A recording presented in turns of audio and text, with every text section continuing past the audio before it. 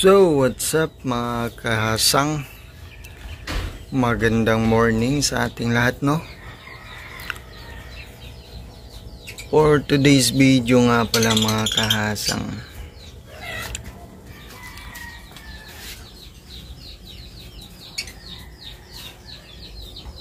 bibigay tayo ng kunting tips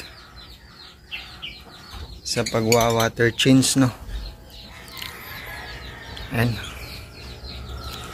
Kahapon nga pala mga kahasang ay tayo ay nag water change ng 100%. Nag try tayo, no? Ayan. At yung stand nga pala natin ay dinagdagan natin ng kahoy para hindi siya bumigay kaagad, no? Kasi yung malambot pag nababasa. So yun mga kasang, no, tips, unang tips nga pala pag tayo ay magwa-water change, dapat may age water kayo, no, or yung stock na tubig. Ayan. Yung unang natin, medyo malabo yung tubig. Ngayon malinaw na. Kasi hindi na kaaya-aya tingnan. Kasi August 1, no, nakasurvive na. Maganda na siya mga kasang. Yung nagkaroon ng SBD natin. Yan.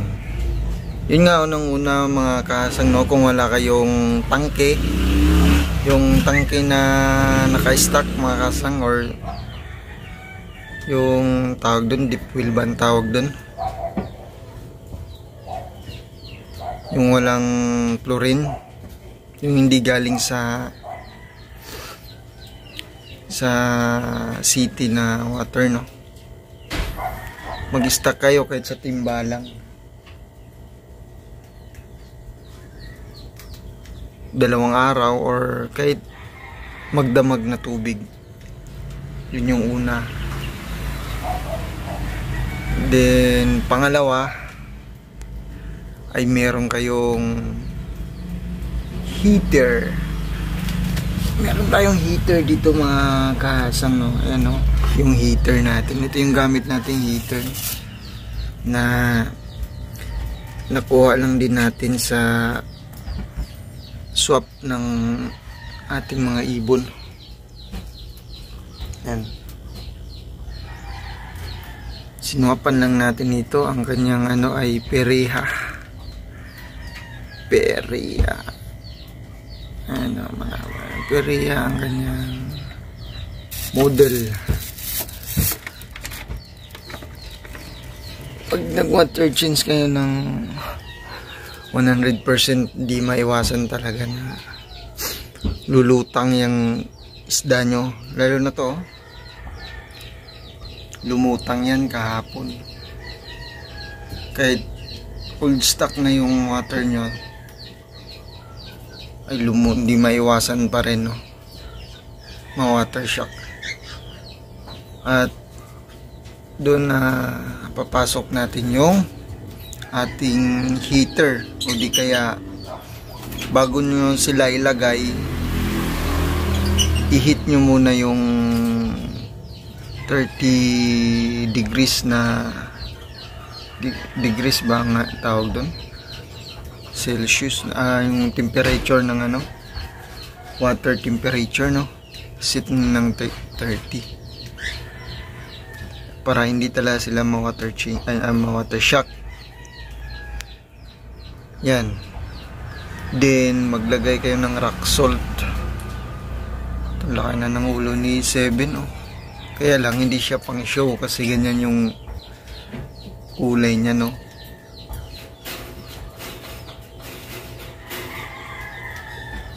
Pero hindi naman talaga ako nag-show, eh. Ano lang to sa akin, pits. Talagang libangan lang, eh. Hindi rin ako nagbi-breed. Ang ganda nyo tingnan. Lalo na to si 7.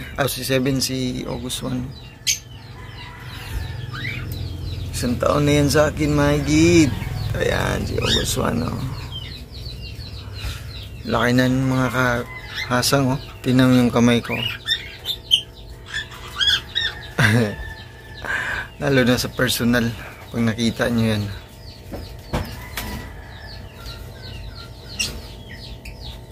Sobrang laki,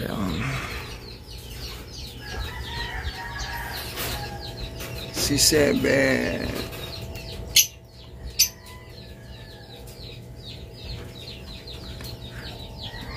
Yan, si August 1. At isa nga pala sa techniques na pag kinuha nyo na siya, pag nilipat nyo na siya sa planggana or sa timba, kailangan yung old water nila ang gamitin nyo, no? Para baka pag yung bagong tubig ang nilagay nyo, doon pa lang sa paglipat nyo, water shock na sila. Ayan. Ilang beses na rin to na water shock si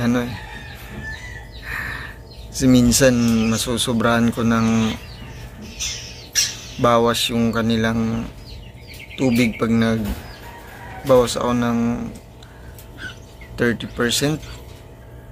Minsan hindi ko napansin, sobraan na. Kaya na water shock, kaya kaya palagi tayong meron ng heater. 7. 7 si August 1. Ano ba yun? Nalilito ako dito sa dalawang to. Si August 1, alina niyan sa personal pag ganyan kasi sobrang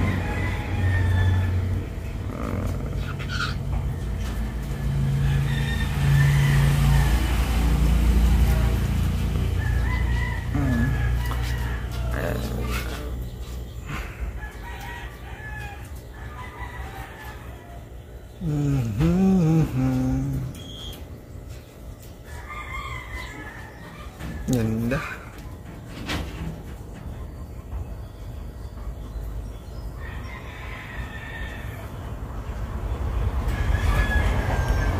At yung gamit ko palang aerator mga kahasang ay single lang siya ito. Single, yan. Hinati ko lang. Ginawa kong Y ang kanyang ito.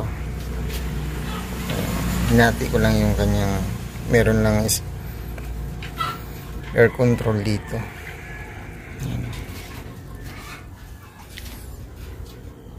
Malakas pa rin naman.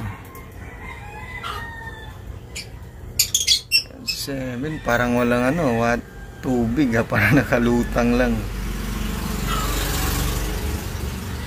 At yung pagkain ko sa kanila, ulitin ko, tig-isa lang, isa sa umaga, isa sa tanghali at isa sa hapon.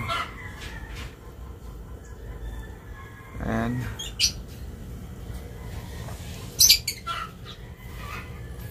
Seven. Come 7.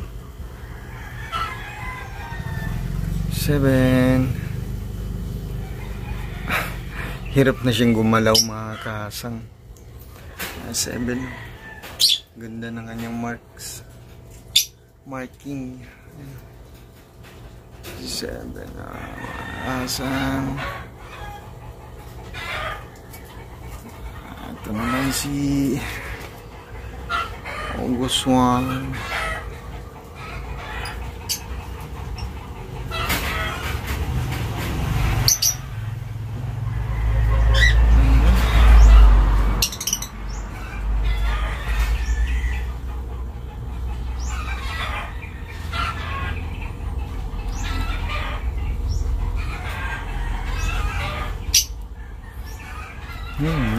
Tsura nila mga kasama.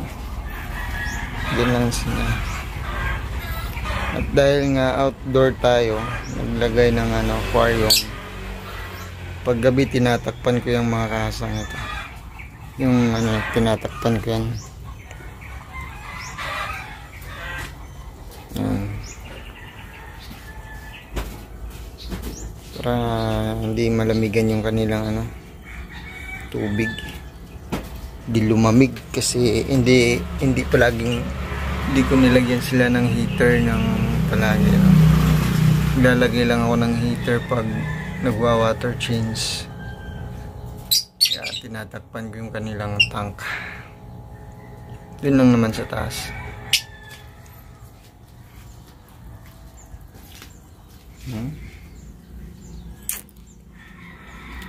Yung si 7 walang nakalagay na blue sa sa wall.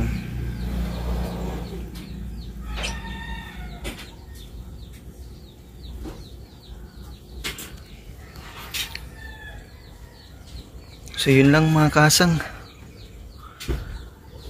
ang update natin sa ating mga flower horn.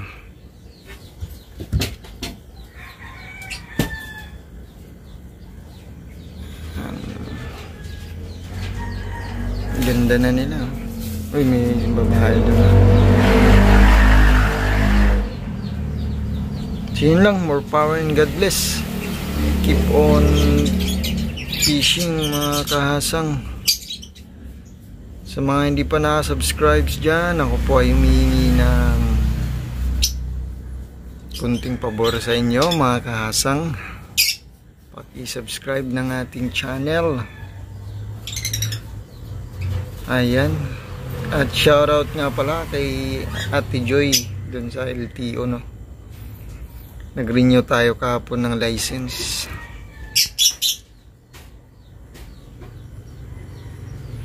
Yan. Sino mga kasang? Bye-bye.